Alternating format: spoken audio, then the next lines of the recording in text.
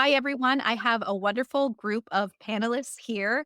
This is the Manifesting Generator group. I'm Jazz, the host of the Ultimate Human Design Summit, and I'm a 3-5 generator. So it's going to be really cool to hear about the differences between generator, manifesting generators. And I think that this is going to be a really wonderful conversation with everyone. Now, I'll throw it to introductions first, and then we'll just jump right in. So, Jacqueline, did you want to go first? Sure, of course I will. Hi, I'm Jacqueline Kent. I am a 1-3 sacral manifesting generator. I am based in Nottingham in England, and I have been on my human design experiment for almost 3 years now. So yeah, I thought I'd just put that in there. Amazing. And how about you, Andrea? I'm also a 1-3 manifesting generator, emotional manifesting generator. I am based in South America in La Paz, Bolivia. I came across human design in 2020, 2021, and it changed my life, my relationships, business, the whole thing. Love it. And how about you, Crystal? I am a 5-1 sacral authority, and I've been I think I learned about human design initially in like 2018, and it kind of freaked me out with all the knowledge. And so I was like, okay, I'll be back. And then came back to it in about 2020. And like Andrea said, it changed my life. Amazing. And Echo. Thank you. I'm Echo Forest, and I'm a 6-2 emotional manifesting generator. I'm based in Sedona, Arizona, in the United States. And human design first came to me in the very beginning of 2019, and I didn't start really diving in until fall of 2021. So that's really when I started deconditioning and started my experiment. Oh, wonderful. Yeah, so we have a great group here. And it's so funny. My last generator group, everyone had a one line. There's a lot of one lines. Yeah, it's pretty funny. It's interesting to see who you get with the profile lines as well. Did you want to share your emotional wave? I forgot to ask that. Anyone with an emotional authority, do you want to share your what wave you have or what channel? I have all of them. All You the have all. gates. I have 5 gates defined in that center. I have the channel community, and I also have the 6 defined. Oh my god. Okay. So I think we need to touch on how that is experienced because you know when you have more than one wave and it's like being able to ride the wave, but it's ride the waves. I want to know what that's because I have one at the 3740. So we'll definitely touch on that, Echo. Andrea, you said you were an emotional authority. I have 5539 and 4130 Okay. defined. So yeah, it's Hey. which wave do you want me to? Okay, you know what? I'll ask that now if that's okay. What is it like to have two different or three different waves? So what's it like? Do you want Echo. to go first? Yeah. Okay, sure. I'll say that I've known my entire life that I'm a very emotional being. And it was something that was more challenging in my younger years. I'm 38 now. And, also living in Sedona where everything is amplified. So sometimes it feels very chaotic. It feels very intense emotionally, but I have the tools to be able to surrender to it and to work with the land and to simply just allow it. And that's one of my favorite things about the emotional wave is that it's here for us to just embrace whatever the emotions are, right? And just allow the wave to do its own thing without trying to control it. Yes. Do you find when you kind of put a narrative or like a story on it that the emotions just kind of almost like last longer, like the wave, instead of bouncing back up to a neutral place, it's like you can really get dragged down on a low or a high. Do you notice that? And then, yeah, definitely. I think it can just amplify and kind of like be spinning, and be a lot more challenging. Do you notice when it's like a different wave that you're experiencing? Like, okay, so for a 3740 like me, it's like when it comes to my relationships and people close to me, I notice that my wave is, I can get really way more emotional or I can feel it way more. Otherwise, I'm pretty just okay, it's cool. And then it's not cool, kind of. Do you notice that with your different waves? Because I know it's like some are like it slowly builds up and then you explode, or it's like high, low, lows. Can you distinguish that? So yes and no.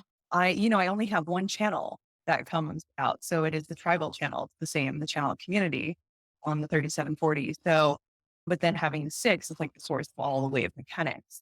So I think I feel the tribal one most often or like the strongest, but I do still experience the others. Yeah. Awesome. Andrea, how about you? Oh, I definitely feel a difference. The last one, the 40, was it the 41 that connects to 30? That one is, I really feel that with my business because I'm so passionate about what I do and I get all these ideas and I get caught up with, I want to start this, and just nurturing that idea. Um, so I definitely feel the high highs of what I want to achieve and how I want to do it. And then comes like the steep lows of who am I to do this? Am I at the right path? And a lot of self-doubt, etc. It's interesting to watch. And now I'm just learning to just be in the space and be more present. The more present that I am, the less it fluctuates. I still feel it, but I don't get stuck in that emotion for too long. And the other one is triggered by a lot of expectations. And that's what really changed my relationship with my husband because I'm the main breadwinner at home. And there's like all these expectations that I used to have on him. And whenever that wasn't met, I just erupted. But it's as, it builds and builds and builds. Everything's okay until with the tiniest thing, it's not okay. Yeah. Yes. Yeah. It's the 3955. 39.55. 3955. Yeah. Yes. Oh, so interesting. Okay, let's jump into some questions here. So, for everyone, what limiting beliefs did you encounter during your deconditioning journey and how did you overcome them? I can Yeah, I go can ahead. start when I was starting my business. So I have two areas that I'm deeply passionate about. One is personal transformation and the other one is business and business coaching and mentoring.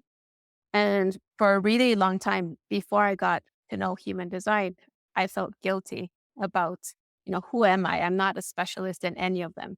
I should be a specialist. I should be like this amazing coach, or I should be this amazing life coach. So when I learned about human design and I learned that I'm multi passionate and I'm a multi potential and it's okay to follow both, that was life changing for me. And much of my deconditioning happened around it's okay. I can do both. I can incorporate both in what I do. And that doesn't mean that I'm less than or less qualified than somebody that's just focused on one lane. Yes. So you gave yourself permission. Anyone else? So some of what I recognized, and it didn't happen straight away, but some of what I recognized was that when I learned that I had the 4253, so I've got the 4253, the 52.9 and gate 3. So I've got like nearly all the formatting channels. And when I learned that particular piece, I was able to go back and recognize that there'd been a point in time where I'd been literally cleaning house and clearing the decks and finishing up loads of stuff. And at the time, I didn't really understand what was going on, but I sort of started then to recognize that actually that was a big piece of me claiming I I can finish the things I start. I don't have to be walking around with this story that I never finish anything. And that, there are times quite recently where I've caught myself in that and gone, is that true? And it's really interesting because as a manifesting generator, sometimes there is just going to be those things that we don't finish. And that's okay. But so having that, but I have the energy to finish things, but I also have the energy to start lots of things. It's just literally like a popcorn machine. And I'm there going, I think one of the things that happened when I first found out I was a manifesting generator was I get to do loads of things. So I ended up picking up even more things than I was already doing. But actually over time, it's been like, no, it's okay. I don't now have to finish all those things. It's working out, using my sacral, using my intuition. Which ones of those actually still feel good? Which ones still feel like the right ones? Because they don't always. Yeah. So being able to drop it. Now, I wonder being a 1-3 as well and a Mhm. manifesting generator, Uh-huh. how many Yeah. rabbit holes have you Oh, gone my down? God. That, yeah. But then that you're like, okay, I should probably just drop this now. Does that happen where you like research something, then you're like, okay, I don't need to know any more of this? Yeah. Andrea. Yeah. I And don't for need to sign up for all the things. Yes. yeah. It's the one through, it's so funny, and I'll share this with the summit, how we have the really cool package where all the speakers contribute their stuff and it's like the upgrade. And I'm like, I wonder how many are one lines. Yeah. Because Like, there's so many good things to dive into if you wanna get into, like, messaging or whatever that the speakers provide. It's like this amazing bundle. I'm like, one lines would probably love this because they get a taste of everything, but also, yeah, do you need it? Do you need it all? And I said this in my generator group as well. I resonate a lot with the one line because I have the 4816, so the gate Mhm. of depth. So I'm always like, people think that I'm a one line, but I'm not. I'm a 3-5. But that needing to know it's very strong, and I get that very deeply. Yeah, anybody else? Any limiting beliefs that you had to work through as a manifesting generator? Yeah, I could I share a couple actually. Kind of alongside what the others have touched on is in kind of a different perspective is my first Reiki teacher had put out this teaching and I love her dearly. And one thing she said that stuck with me once was multitasking is not an energy that's supportive of 5D New Earth. And more like giving your energy kind of to one thing at a time. And I thought, oh, but I'm just so good at multitasking. I was so natural at this, right? And it was coinciding with when I first kind of did my first online training, like it was a free workshop with Karen Curry Parker and learning about being a manifesting generator and that I'm designed to multitask. And I was like, oh, like this is actually not true for me. This is maybe true for other people, but not for me. And it's okay for me to have multiple different projects. It's actually beneficial and healthy for me to have multiple different things I'm doing at the same time. Mhm. So yeah, that was a beautiful realization. And the other one, I don't know if we're going to touch on this a bit more. Another point is having a completely open G center and growing up being very sensitive to energy and not understanding it and feeling like there was something wrong with me because I felt like I was actually a different person around different people. And I could, have a solid sense of identity in certain friends and family members. Like I knew who this person was, kind of always fit in this box. And I couldn't do that with myself. And then there's conditioning in the public school system of don't be fake, don't be a poser, just be yourself. And I'd be like, well, I don't know who that is. And I'm also Gemini sun sign and my wing is always shifting and changing. Right. And so then learning about the Open G Center was just super, super profound for me. Yes, I have an undefined identity center, and I always got along with a bunch of different groups, like the video game club or like the volleyball team and things like that. And I always had, yeah, and it's, oh, I see what was happening now. As soon as I entered that environment, I could, tune into that energy. And same thing, like very sensitive to the energy. And almost like I found that with that, I was a little people pleaser though. Like I could almost be somebody that they wanted me to be and, like, fit that group really well and abandon maybe, like, what I truly needed in that moment, right? Yeah. Totally. And what I found, especially through a lot of readings too, is, and it's even more amplified when the G is completely open, right? And we're a really strong mirror for other people. And what I have found is that can be part of the not self is feeling like you have to be like someone else in order to be accepted Mm. by them. Like I have to fit in and be like this group of people to be accepted and welcomed by them. Oh, that's totally it. I feel like that's a really cool conversation that we could definitely dive in a little deeper. Crystal, is there anything you wanted to share? Any limiting beliefs? Yeah, I think the biggest thing for me is I always felt like I was all over the place, or maybe that was what I was taught or was told. And kind of to what Echo said about being a great multitasker and also being given by society the example that it's not actually advantageous for us. It splits our energy up too much. And, for me, it was really about learning to love my own process and even simple things like I don't necessarily respond to a text message the second that it comes in. I go when that sacral hit comes in and I feel, oh, now I'm ready to respond to that. Letting go of those outside expectations and leaning into, no, my process is actually pretty cool. And I can jump all over the place. And that's actually something that I can leverage for myself versus trying to do everything in such a nice, neat order. Yes, and then, like, comparing that to a generator, right? The manifesting generator can skip and get to that level of mastery, whereas a generator is ditto, ba-boom, like, Yeah. step by step. My Um, husband and my daughter are generators, and they are constantly like, "You should do it this way," and I'm like, "That's all right. I'll get I'll do there. it this way, and then I'll meet you at the end at the same time, okay?" But I would have gotten like 5 other things done too. That is amazing. Do you guys find that you're like, "Why can't people be at my pace? Why can't they keep up?" Do you find that? Do you have those thoughts? Yeah. Yeah. all the time. All the time. Yeah. When I was working in corporate and I would manage other people, I actually had to decondition from my expectations before I knew about human design. And I was still operating in that lens of everyone is the same in the world, right? And so my expectations, or what I thought were my expectations, were really high. And when people couldn't perform at that level, I would get really frustrated and bothered. And what am I doing wrong as a manager? And how can I not help them?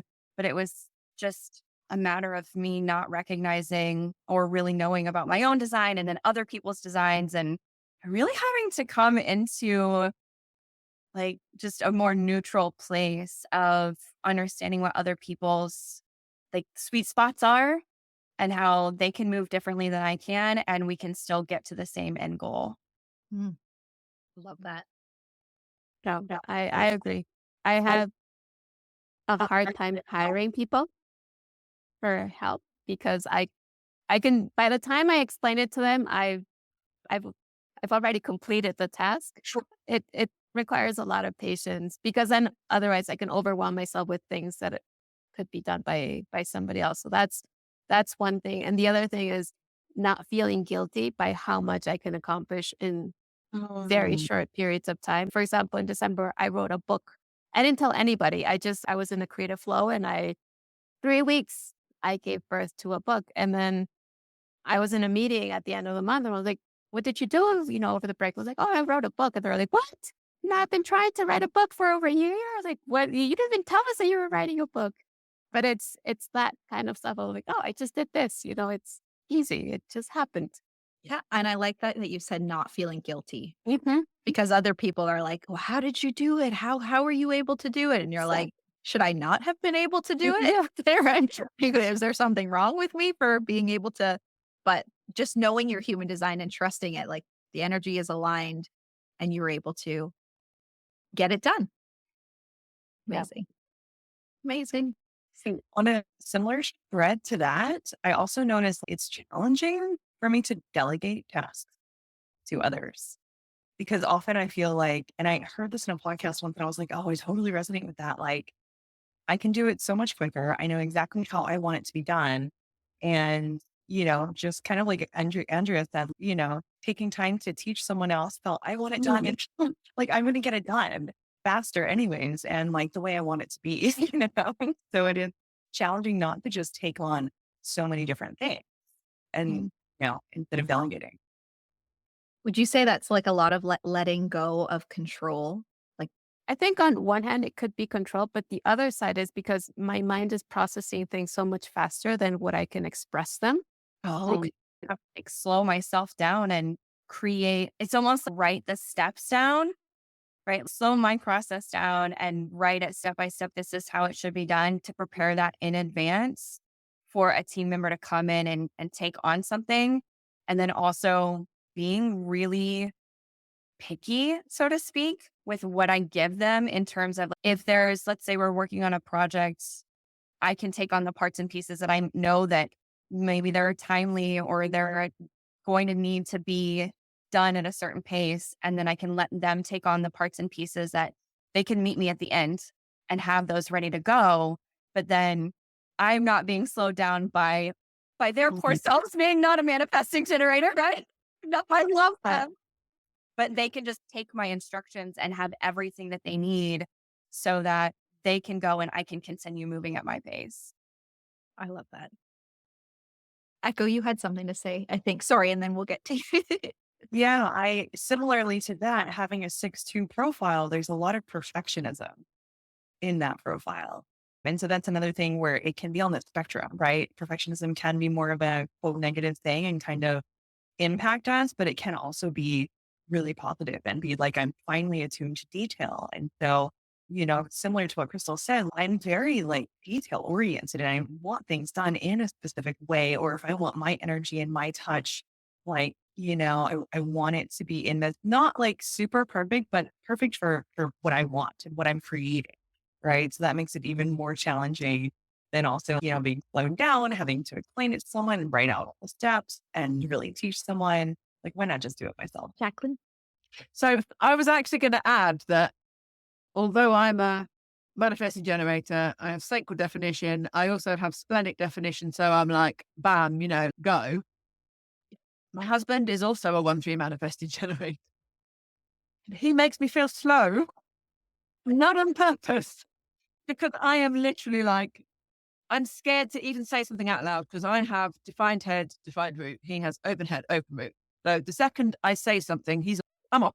And I'm like, whoa, no. It's just coming out of my mouth. And but I have to go and do that thing. I'm like, no, you don't have to go and do that thing. It's okay. And then, I'll blink and I'll go, oh, he's already been and gone over the shop and come back again. Or he's, and I'm just like, I can't keep up with you. What is this about? In my own space, when I'm not having to take care of everybody else's whatevers, I'm much faster than trying to then go, oh, hang on, where have they gone off to now? So it's actually a bit crazy sometimes in that respect. That is funny.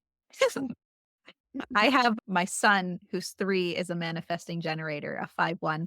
And I'm just starting to see, that manifesting generator. It's okay. And he's off. Oh, I want to go get this. I want that. I'm like, okay. And he's already done it. It's okay. Just give me a second. No, God forbid. It's a second. No, like he's already gone and got himself a snack and an apple, whatever he needed. Like, okay. He's very quick for his generator mom. I thought I had a lot of energy. Oh, that's awesome. All right, let's throw in another question. Let's see. Okay, how has learning to embody your human design type as a manifesting generator, how has it influenced your confidence and authenticity as, a coach, practitioner, creative, or even like being a partner to somebody? How has it impacted you? I think for me, the biggest thing is being able to just be authentic. We live in an online space where there's so many voices saying so many different things and also the same thing at the same time. And when I can just be me and feel completely confident in that and not have to worry about, is this okay for someone else? Especially with the 5th line, like being polarizing, saying things that maybe might not be comfortable for everyone to hear.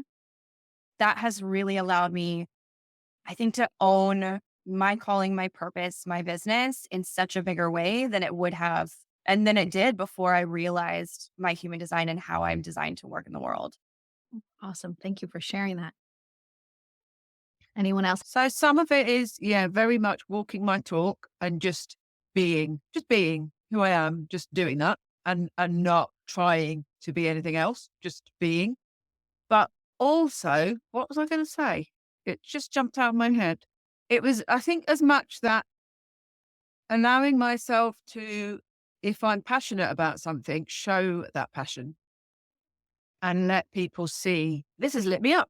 I am right now, I'm a lighthouse and, defined head and Ajna. So there's all that inspiration going boo out into the world, and just like allowing that to be part of who I am. And if I'm a little bit, I'm so glad, a bit hyper, just take it because that's what you get.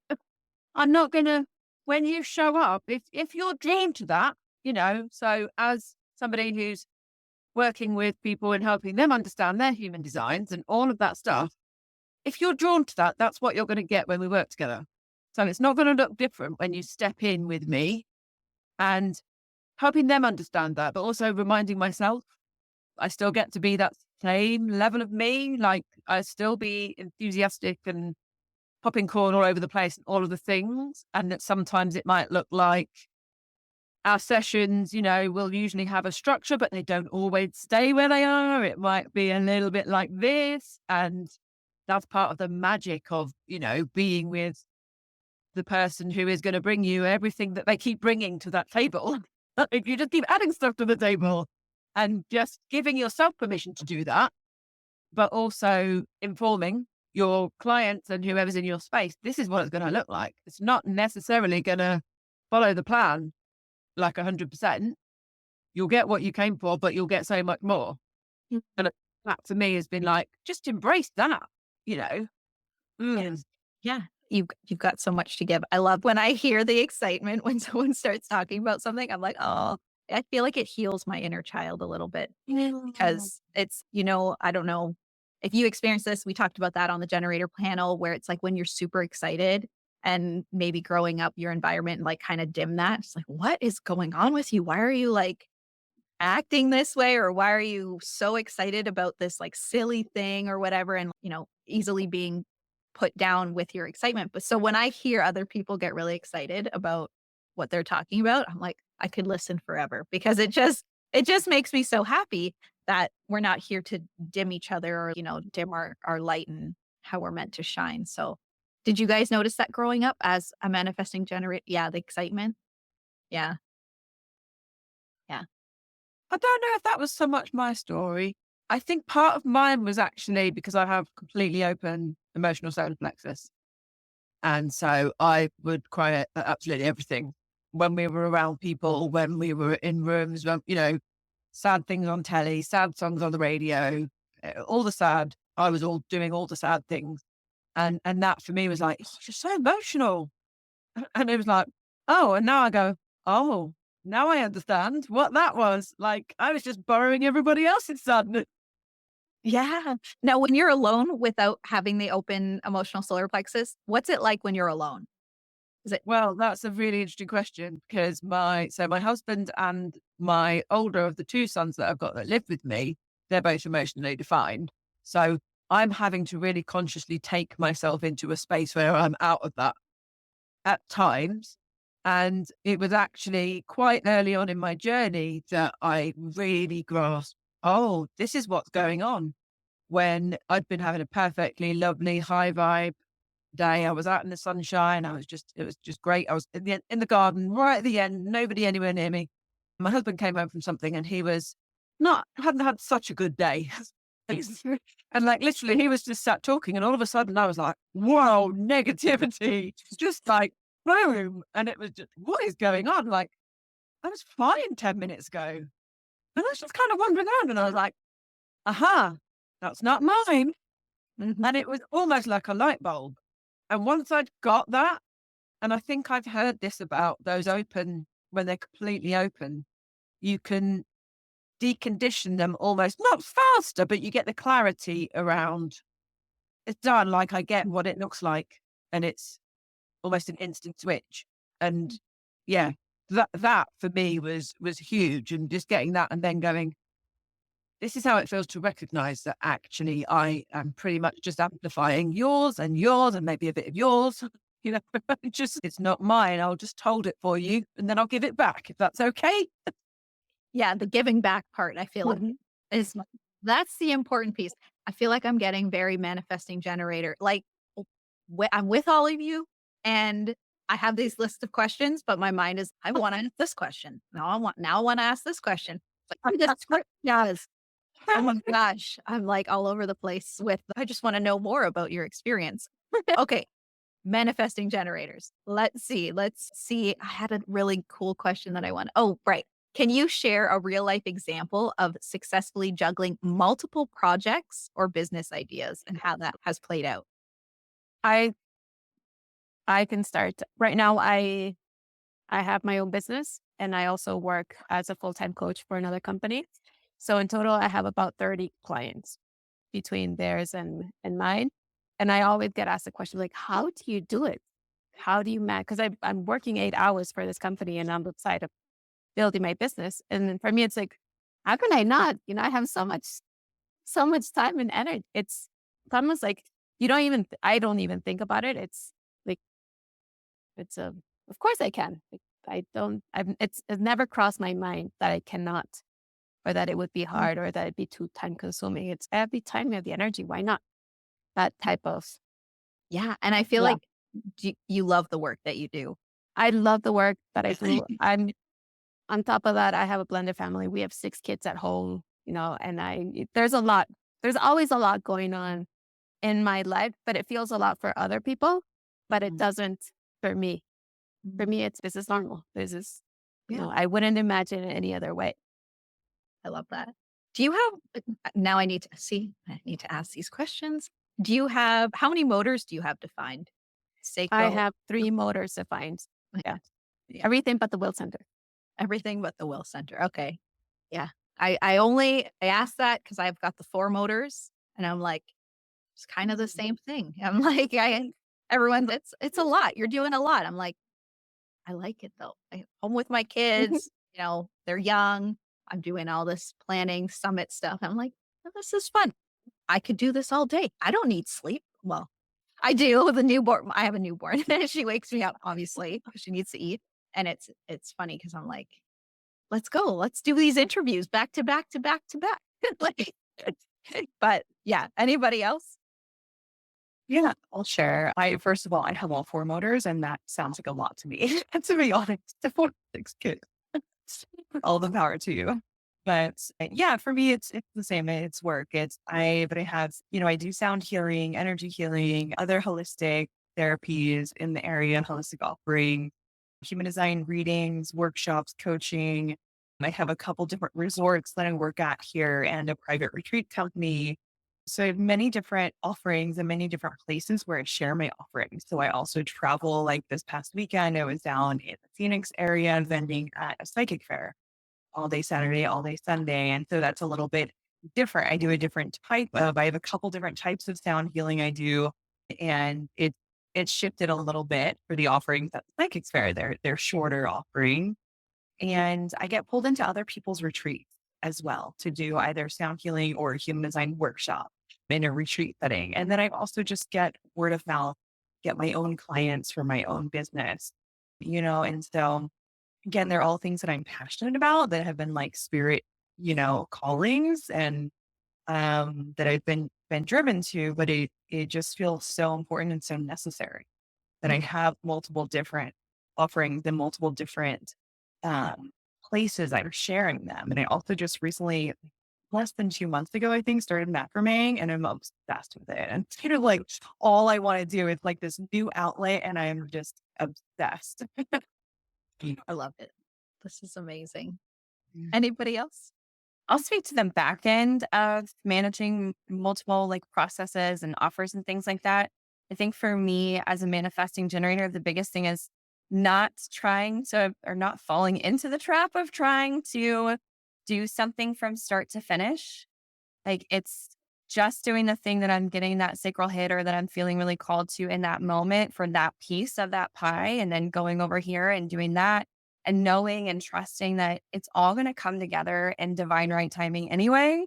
So as long as I am only showing up for the things that I feel that sacral charge for in that moment, then I don't have to worry about the how or the order of events, just allowing it to come together in its own unique way. Awesome.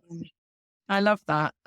So couple of things actually. One of them is that in 2020, when I decided to put down my wedding business and start retraining, I was retraining.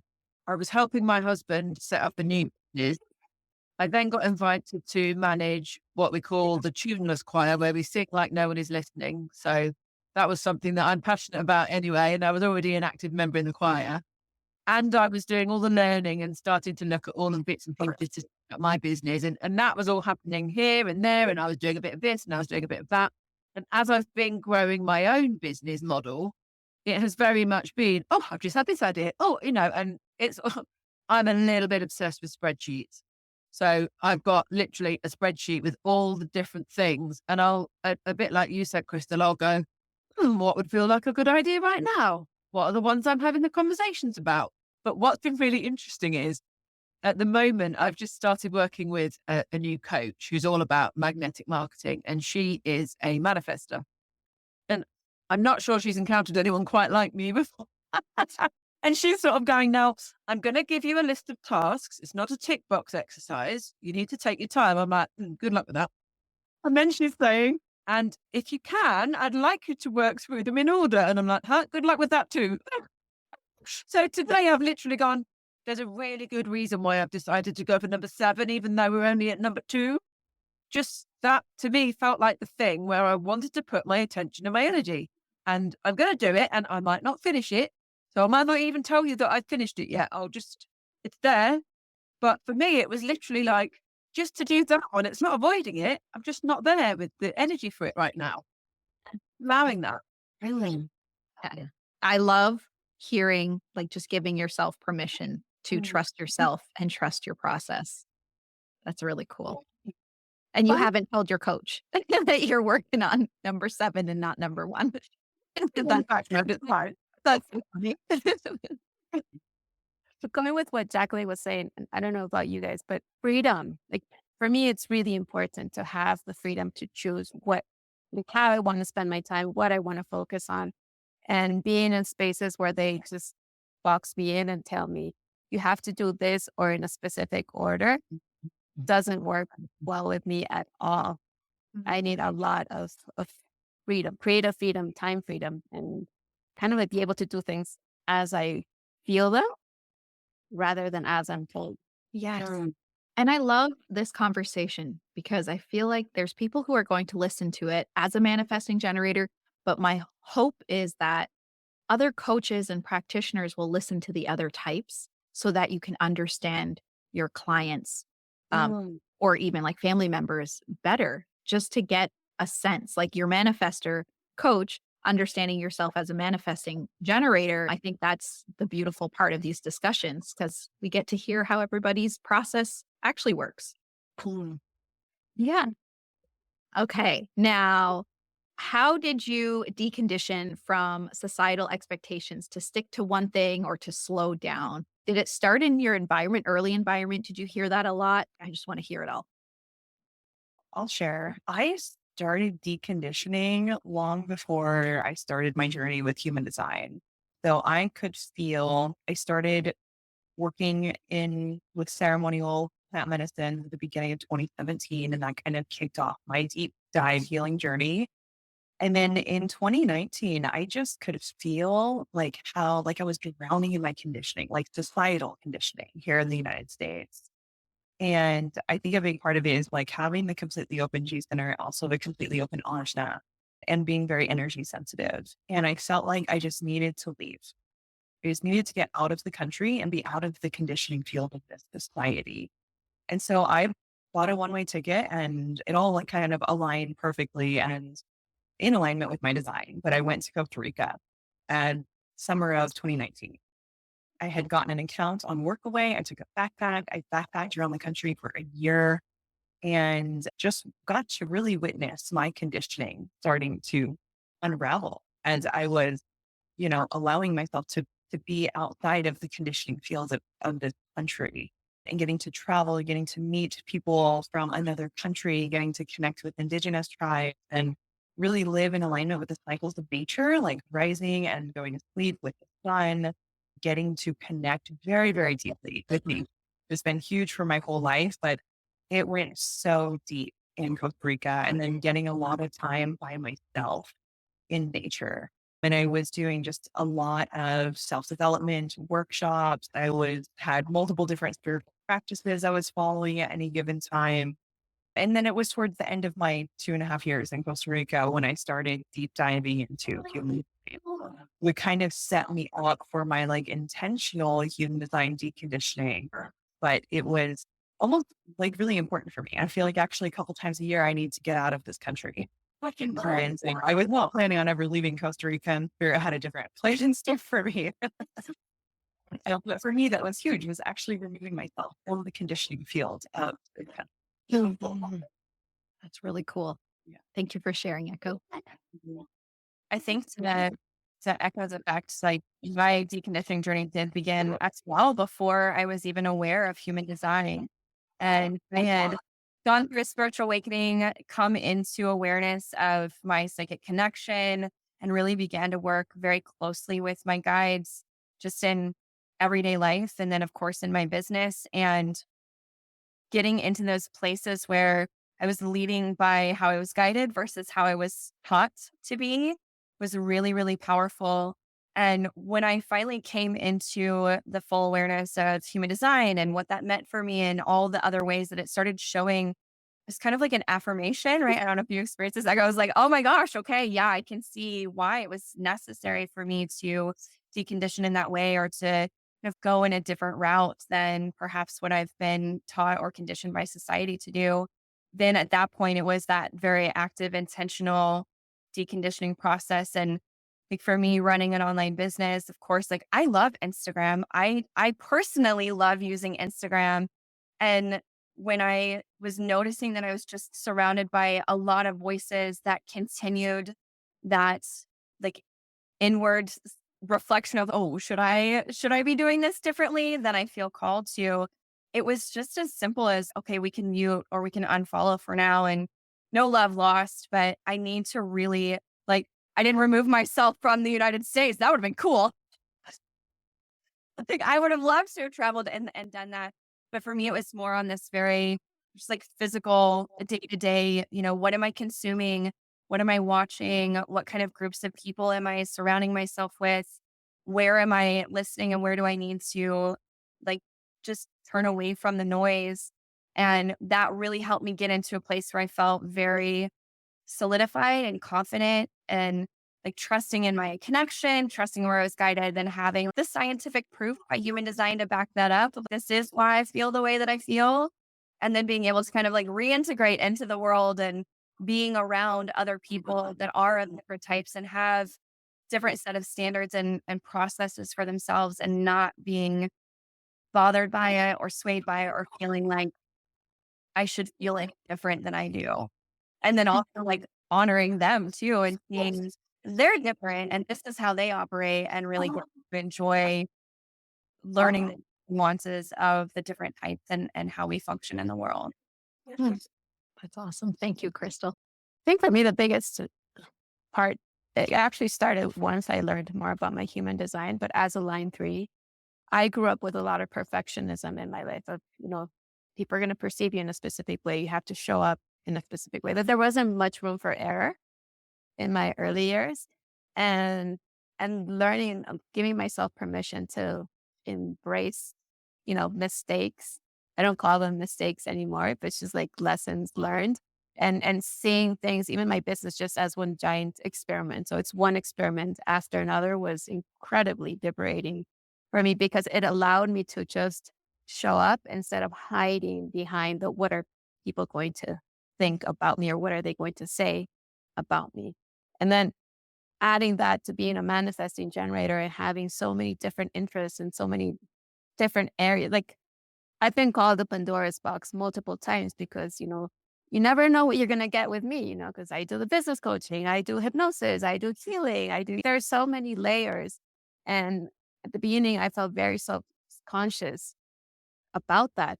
How are you going to see me? Like, what's the label? How should I present myself? Because I'm a very complex being with many different aspects of about me. So just learning to show up as I am and to share bits and pieces of what I'm even exploring right now or experimenting without taking responsibility of how others should see me. This is me, and Mm, this is what I'm interested into now. And maybe 6 months from now, I might be into something totally different. And that's okay, but that's just where I'm at. yes.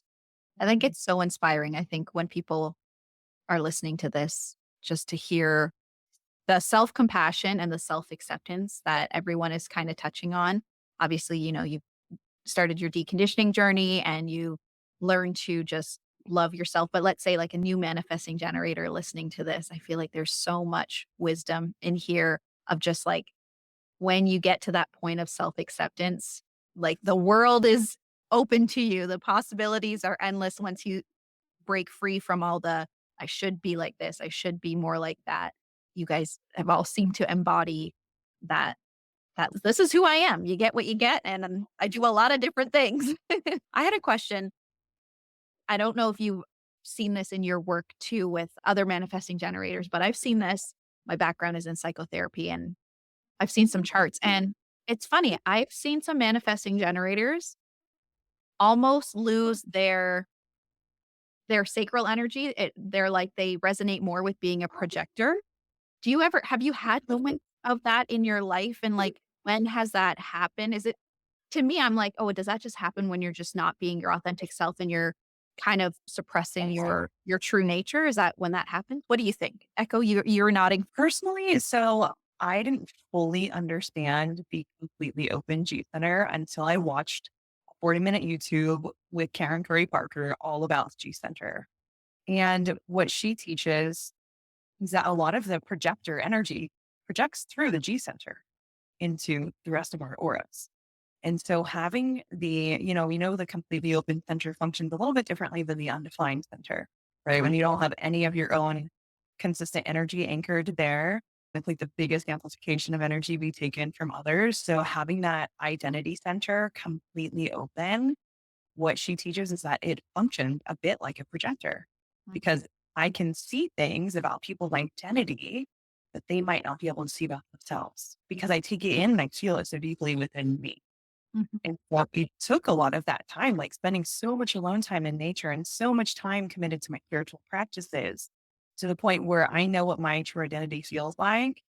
And I know in the moment when it's shifting, when I spend one-on-one time with people in groups, I'm just like, I don't know who to be right now. There's just so many different identity and, aspects coming into my being. But when I spend one-on-one time with someone, having never seen their chart, almost always I can tell if their decenter is defined or not based on the shifts that take place within me and how I am showing up differently. My identity is starting to shift. And what's beautiful is like the wisdom in that is it's allowed me to find discernment for who's correct to be in my life and who's not. So the times later on when I'm like, oh, I don't like who I become when I'm with that person. And it doesn't make them wrong, bad, or toxic. There's just not an aligned energetic match, for them to be in my life. And that's something that I, over the years of long before given a sign, this was coming into my awareness of people coming and going and having to let go of attachment within relationships and friendships. But when I first learned about being a manifesting generator and all the different types, like I felt like I resonated more with the projector type because I felt like I could see things about others that they maybe couldn't see about themselves. And then when I found out about the completely open G center, that's when that started to make sense. So I don't feel like I've ever really lost my sacral energy unless I'm doing something that's really not correct. If I had a 40-hour work week, like sitting in front of a computer in a cubicle in an office, like in a little box, I think that would completely drain me and I wouldn't be using my life force energy in the proper way. It's only when I'm not truly living in alignment with my design and not doing something that's correct for me, that's when it starts depleting my access to my sacral energy. Okay, that makes sense to me when you're just not actually tuned into your innate life and workforce energy. It'll just drain and you feel like you don't have that energy. Because yeah, when people read about being a generator too, it's I should have a lot of energy. I should have, why can't I output more? And what you're saying is that maybe it's doing things that aren't as aligned for you. Yeah. Now, okay, let's see. Off the script here again. Frustration and anger. So generator, it's frustration. Manifesting generator, the not self, the emotional themes is frustration and anger. If anybody wants to talk about this or if everybody wants to talk about this, what does that feel like to have the frustration and then experience that anger? And when does that show up for you? Okay, so I'll speak to this. It's so funny because my husband's a generator and it's come into my awareness recently. I'm like, God, you're like never angry, but I can get so angry. I'm like, why are you so angry? And I'm like, but it's so interesting because we have the broad range of emotions, right? And we can identify, oh, this is what I'm feeling right now. But it's so interesting that my experience of the word anger is vastly different than what his experience of the word anger would be. And it's more, if we were like compartmentalizing it, all of the things that he's feeling in that negative spectrum, they really are more around the frustration, right? I think for me, the frustration shows up in those times when it's like that quick signal of we're really not in alignment right now, or we're not listening to the sacral. Maybe we're trying to push to get something done and we're just, pushing through. And then the anger comes when we've definitely gone too far. Like that's definitely the big stop sign. And now it's time to like really step away and take a break. Mm. Okay, so that's like the second, like a warning, and then it's you better stop now. Thank you for that. I think Anyone for, else? I think for me, it's probably the anger comes more when I don't express the frustration or I don't do something with it, and I just allow it to sit bubbling. And that was my old life for sure, and that was very much not self. I burnt out. There was a lot of I lived half a life really for quite a few years until I was advised by a coach, it's time for you to start thinking about moving yourself higher up the list. And that was 2016. So things have turned around quite a lot since then. And now it's more situations that are out of my control. So generally speaking, I'm pretty calm. Just go about what I'm doing. But if there are, let's just say, other people in the household, the young adults that don't necessarily do what we'd like them to do, or ages, or not, it's just not happening. And I'm like, it's only a thing. It's not really that important. And I'll just carry on, la, la, la, la, la, la. And then it'll be like, eventually I'm just going to, and they know when I do that, I mean it. And I'm not being mean. It's just, I've really had enough now. I didn't say anything, little pieces of, I've slightly had enough. I've had a little bit of enough. I'll just go and be something else and change my state and, come back. Now I'm like, no, just please just do the thing. And that for me is, it's get out of my way now. Like just do. Just be somewhere else. Yeah. That. Oh, that's interesting. I think for me, like definitely they're both coming up when I'm not really living strategy and authority, right? If I'm trying to force and trying to make something happen without there being a response first, there's definitely the frustration. The anger will come in as well. I do think it's usually frustration first. And I have noticed a lot that the anger will come in if I'm not properly informing or if I'm not being informed. And I've had that experience last year having two back to back housemates who were manifestors. And when they weren't informing me, I noticed I was getting very angry. And I've noticed in other situations that that would have been. And also there was a time, it was about 2.5 years ago, a little over, I just moved to Sedona and I was taking some business advice from someone I was dating who's a manifester. And he was like, it was this project I really wanted to be involved in on this really cool, like burner property up in Flagstaff. And I was really passionately connected with this land. And he was like, hey, just start a chat on this Slack channel and just tell them you're going to take over this project and you're going to do that and just start it. Like he was just telling me to just initiate these things. And I was listening to him when I was doing that. And it was absolutely not working. And I was extremely angry and extremely frustrated. And a lot of it was just stemming from taking advice from someone who was telling me to act like a manifester when I'm not a manifester, even though like I have the 3420 and it's defined in my personality. So it's fully conscious. And I had another human design person tell me at some point, oh, if you have that as a conscious energy, you're able to manifest. And I was like, yeah, not based on my experience in life. Like even as a child, I can look at times like where I tried to initiate something and it would just and leave me very angry and very frustrated. So anytime that I am trying to push and trying to initiate and trying to force something, it always results in anger and frustration. It's like they just both seem to kind of go hand in hand in my experience. Thank you. That's very interesting. I know it's so interesting to hear again the last panel. It's like everyone speaking about their experiences just on the panel. They were saying like they learned so much from each other. And this is why I wanted to do this because I'm like, everyone who can tune into these conversations, it's just so cool to hear how it manifests for different people, like the frustration, the anger, and other things about your design. Okay, what practices have helped you stay aligned while embracing your natural tendency to pivot or shift directions? I guess my question here is, how do you know you want to continue with something, and how do you know when it's time to pivot? What does that look like for you? I think for me, it's kind of a little backwards in terms of I go to my human design last. I'll go to my connection to my guides and kind of follow that way. But if there's ever something that I'm guided to, maybe it's time to pivot or it's time to change this or it's time to let this go.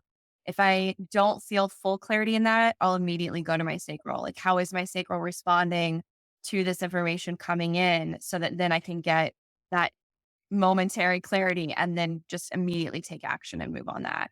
Well, I love that. For me, it's more of a physical experience. When I'm excited about something, it's very clear that's the only thing I want to do. Like, forget everything else. It's like this fire, this urge. Like it's kind of like this excitement of I can't wait until I can write again or create or connect with this. And all I want to do is just that. And there have been times where I could, it might be midnight and I'm still like super connected and super engaged and I don't want to go to sleep because I'm like the ideas are flowing. And as a line three, I've noticed that when it's time to pivot, it's probably because the connection isn't there anymore. Or it's not that, oh, I'm not excited about it anymore. It's more of the lesson has been learned. Oh, It's a cycle that feels complete in a weird way. It's okay, lesson has been learned. It's time to move on. But the thing itself might not be complete. It's just that for me, I just learned what I needed to learn from that experience. oh, I love that. Especially like being a line three as well. Mhm. Just hearing that, it's the lesson has been learned. Mhm. That's good. Now you can move on. You don't have Yep. to force yourself. Thank you for that. Anybody else? I enjoyed that as a line three as well. So thank you. Yeah. So a couple of things actually. One of my things, so I'm one of Karen Curry Parker's students as well. And so I do use EFT and tapping quite a lot. And I have a couple of partners that I practice with. So we'll kind of work through some stuff that way. But one of the specifics around my chart is I have a major tendency to get stuck in my head. And I think that part of that is because I have defined head and ajna and it's not connected to my throat or anything else. It's just thoughts floating around up there and having a little argument amongst themselves and just like having an awareness around that and really just kicking my own backside to go for a walk and just shift that energy because otherwise I could literally just sit here overthinking until I overthink myself out of something. But some things that I know Karen talks about a lot is that when you are when maybe an opportunity or something that you're doing doesn't feel right, you still need really to pay attention to whether or not you're quitting in response to something else rather than just deciding it's time to quit and actually allowing that to be part of your response guidance as well, which is really like when I think back over time, I think there are so many things that I could have done that too. And I just hang on far too long. I completely agree with that part too. And I was going to mention that quitting in response to something I've noticed in my life. I have a 2 to 2.5 year threshold for certain things. And, some things come more easily than others and there's more clarity. Of course, there's the emotional authority, which I find also instead of we can only reach 80% clarity in the emotional authority, right? Or emotional clarity. And when it comes to my spiritual practices, so I'll follow something daily until I feel like it's no longer serving me and it's just time to shift. And that one tends to, completely open ajna. So I'm designed to shift to my beliefs and spiritual practices. And that tends to come more easily to me rather than other things. And I'm actually currently in this place. I've been at this one resort here for almost 2.5 years. And there's starting to be just a lot of frustration because it's challenging situation to combine corporate with the work that we do, with more like mindfulness, holistic, spiritual work, and so there's just this energy and this feeling like, okay, I'm feeling like a chapter is like closing here. And maybe even with Sedona in general, like okay, I'm feeling almost like it's time to be somewhere else. And so it's just a matter for me of just reading and expressing, sharing. We have the Defined Rose Center. So speaking my desires and waiting for something to show up for me to respond to. And also, I have an undefined flame center. So throughout my life, there's been a lot of holding on to what isn't good for me. Like, I'll be miserable in a situation and still have a challenging time letting go of it, So it's all just part of the experiment. And for me, a big part of it is just sitting back, becoming the neutral witness, and just watching and observing and waiting for something to show up for me to respond to. Mhm. I love that. Now, for our last question, I was thinking, what advice would you give someone? Have I asked this or am I losing it from my last one? No. Okay. Here we go. What advice would you give someone who's a manifesting generator who's just starting their deconditioning journey? What would you tell them? This I don't want to. Oh, sorry. I kind of want to piggyback on. I think there was another question that we segued from, which was like, what tools do you use to support you in Yeah. your? I forgot how it was worded. Yeah, we can touch on that for sure. Kind of want to just combine the two. Yeah. For me, I mean, my recommendation, first of all, is just becoming the neutral witness of your life, right? And watching everything play out, that spending a lot of alone time in nature with the awareness of human design and your type and the centers, especially.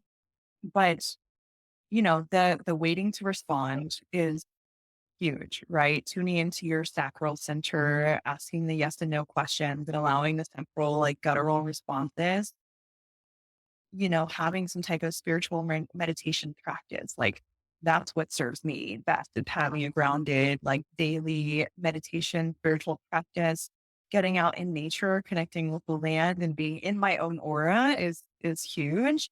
But then just observing and watching and witnessing everything play out and knowing that there's no wrong way to do it. I've had situations a couple of years ago. I got a text message with someone wanting to look for a place together, and I got an immediate sacral no. Well, one thing came down to another, and I ended up saying yes to just 2 months together and was very frustrated for 2 months.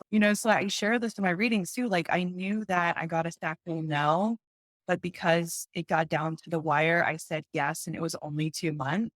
So that's part of my experiment. Like I knew I got a sacral no, but I said yes. And the result is I got to watch myself be frustrated. And it wasn't the worst experience in the world. It was only 2 months, but I got to witness what happened when I said Mhm. no or said yes when I got a sacral no. So I think part of this is also like allowing life to be fun, allowing the experiment to be fun and not taking life or ourselves so seriously, and knowing like everything is temporary, right? Every time, like you might say, get a sacral no, but they not listen to it 100 times before you actually listen to it. And that's okay. Everyone's journey is unique and perfect. Mm. I love that. I think that's your sixth line coming through.